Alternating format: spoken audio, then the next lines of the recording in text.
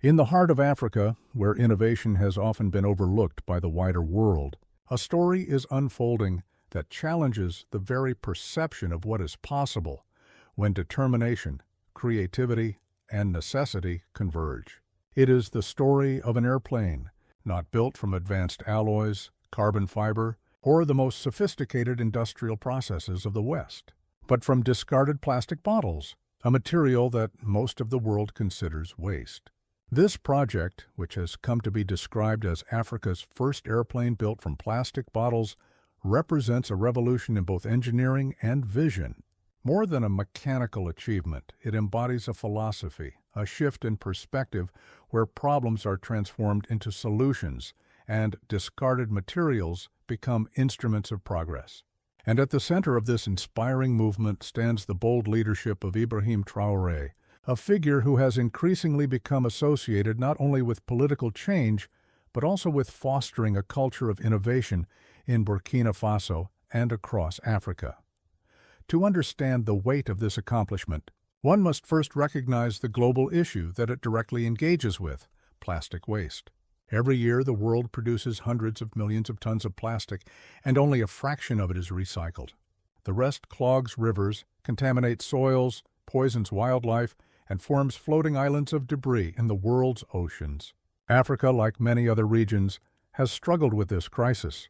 Plastic bottles, in particular, have become a pervasive part of daily life, with billions consumed and discarded. Yet here, in a place too often described as a victim of global pollution and climate change, a team of African innovators turned what was once a liability into an asset. They envisioned not just a recycled product or a work of art, but a functional aircraft capable of flight, a symbol that the continent can take waste and literally make it soar. The concept may sound improbable to those accustomed to conventional aeronautical design. Aircraft are usually associated with strict engineering standards, precision components, and materials designed to withstand enormous pressures. Aluminum alloys, titanium, and composite materials dominate the aviation industry, not plastic bottles retrieved from waste sites. Yet, this project did not set out to compete with Boeing or Airbus. It was not about creating a supersonic jet or a cargo carrier. It was about demonstrating possibility, that with limited resources but abundant creativity, Africans could redefine the terms of technological progress.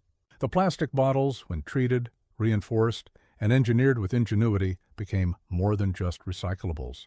They became building blocks, pieced together with structure, lightness, and adaptability in mind. The team behind the project included engineers, students, artisans, and dreamers.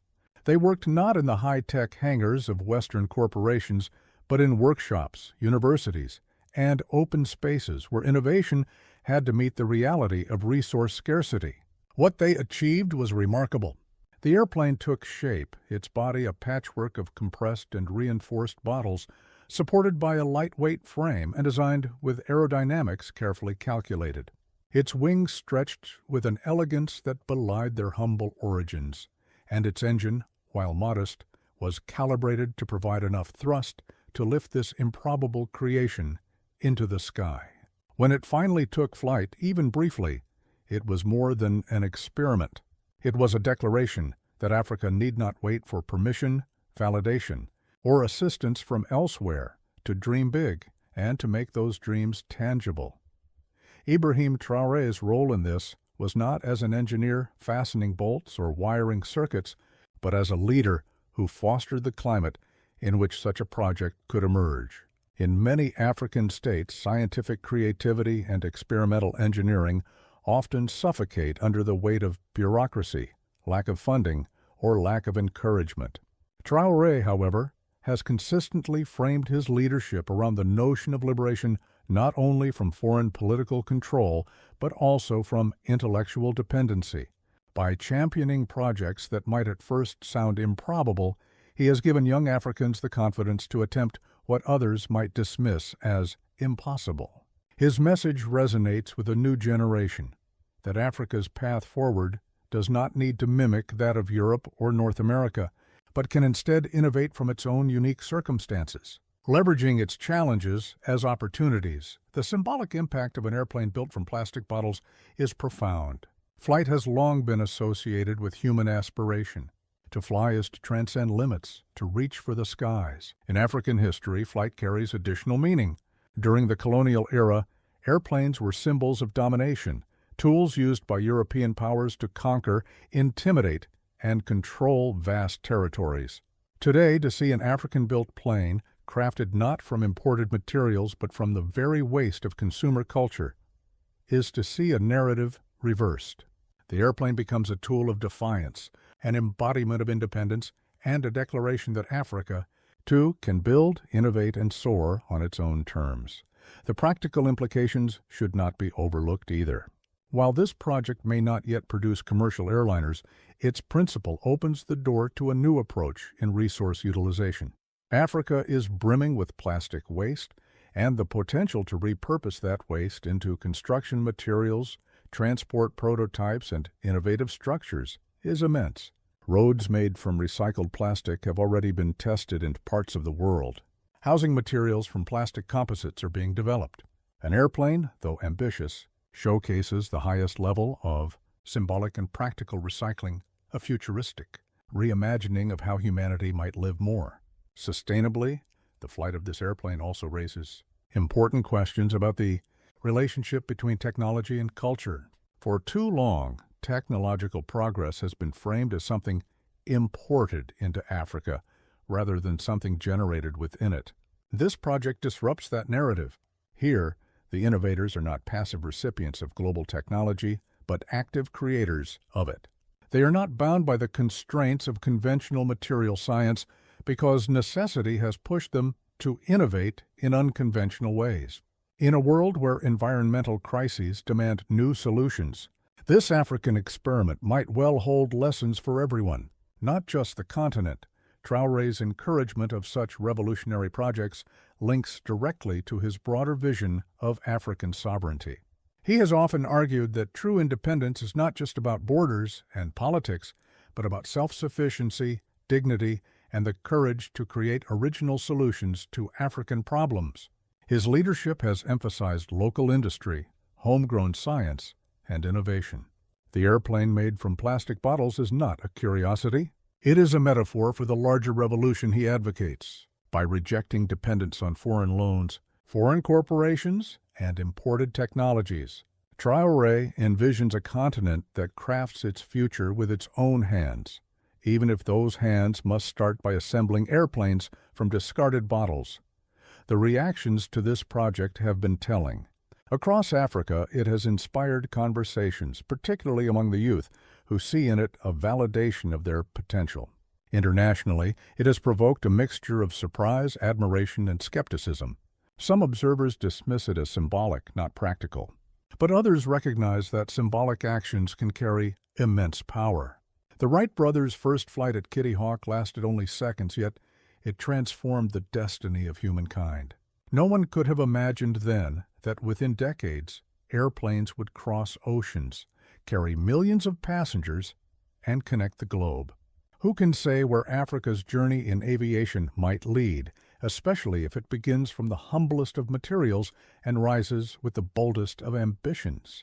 The larger context of global inequality in technological development is also worth considering. Wealthy nations have long monopolized research, patents, and industries, while Africa has often been relegated to the role of resource supplier. Projects like this disrupt that cycle. They reveal that intellectual capital exists in abundance in Africa, and that when it is nurtured, it can surprise the world. The use of plastic bottles is not just recycling. It is symbolic of Africa reclaiming what others discard, transforming global waste into African possibility. As this story spreads, it also touches on deeper themes of environmental justice. The global north has historically been the largest producer of plastic waste, yet much of it ends up in the global south, where waste management systems are weaker. By building an airplane from plastic bottles, Africans are not only innovating but also making a statement that the waste of the world can be turned into a tool of liberation, and that the continent can lead in reimagining sustainability. The revolutionary dimension of this project aligns with a broader cultural revival across Africa. Whether through music, literature, fashion, or technology, there is a rising confidence that Africa's time has come. This confidence is not rooted in imitation, but in authenticity and creativity. An airplane of plastic bottles could only have emerged here in the context of necessity and imagination intertwined. And because it was born here, it carries the essence of Africa's ingenuity, bold, unconventional, and deeply symbolic. Ibrahim Traoré has come to be seen as a catalyst for this spirit of daring.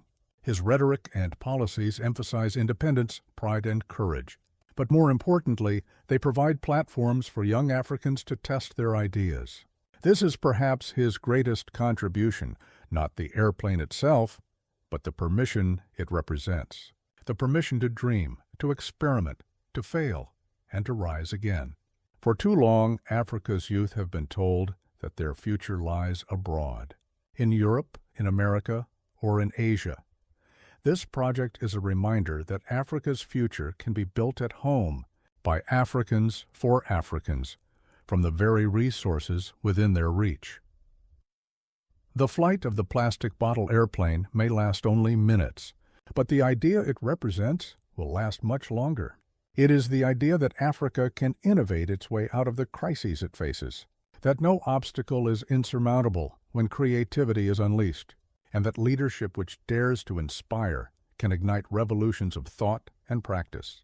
The airplane is not the end, but the beginning, the spark of a sky revolution that may encourage countless others to look at waste differently, to see opportunity where others see impossibility, and to take to the skies with wings of innovation. In this light, the project becomes not just a scientific experiment, but a political, cultural, and philosophical statement. It tells the world that Africa refuses to be underestimated, that it refuses to be defined by what it lacks, and that it will continue to rise, even if it must do so on wings made of plastic bottles. As this story continues to inspire, one cannot help but imagine what will come next. If an airplane can be built from waste, what else might emerge from the fusion of necessity and imagination?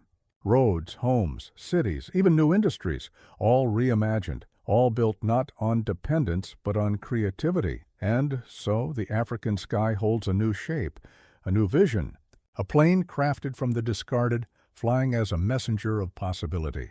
Its journey has only just begun, but already it speaks of a continent rewriting its narrative, reclaiming its agency, and daring to dream without limits.